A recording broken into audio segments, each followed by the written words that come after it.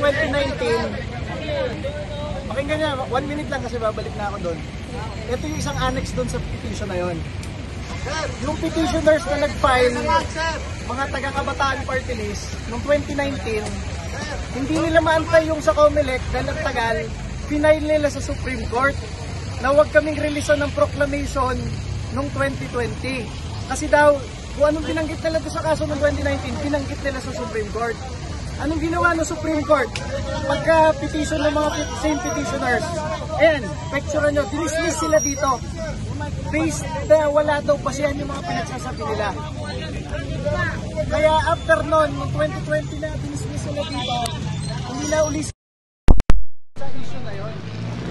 Bumalik lang uli sila ngayon sa COMELEC dahil nung nag-top bigla yung Duterte Youth Party List nung survey nung Abril, nung Marso, sinabi nila, hindi, may pending pa kami dyan noong 2019. Hindi nila sinasabi sa inyo, ni-raise nila sa Supreme Court yon. Parang nga nag-forum shopping sila eh. Sa sobrang tagal sa COMELEC, ni-raise nila dito, sinasabi ng mga same petitioners, sino yan? Kasama si Raul Manuel dyan. Nire-raise nila na hindi dapat kami bigyan ng proclamation ng after 2019 election. After 1 month, bigla silang dinismiss ng Supreme Court. Wala daw basihan yung sinasabi nila. Kaya ito, i-attach namin dito para makita ng COMELEC. Nag-forum shop na yung mga yan. Iniwan kayo doon sa kaso nyo dahil ang tagal nyo, inakyat nila dito, dinismiss sila ng Supreme Court. Baka hindi nyo alam, COMELEC, dinismiss sila.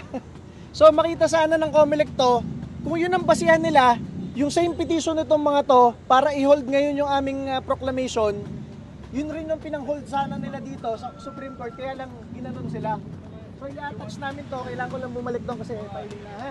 Napicturean nyo ba? Ito yung mismong decision ng Supreme Court noong 2020.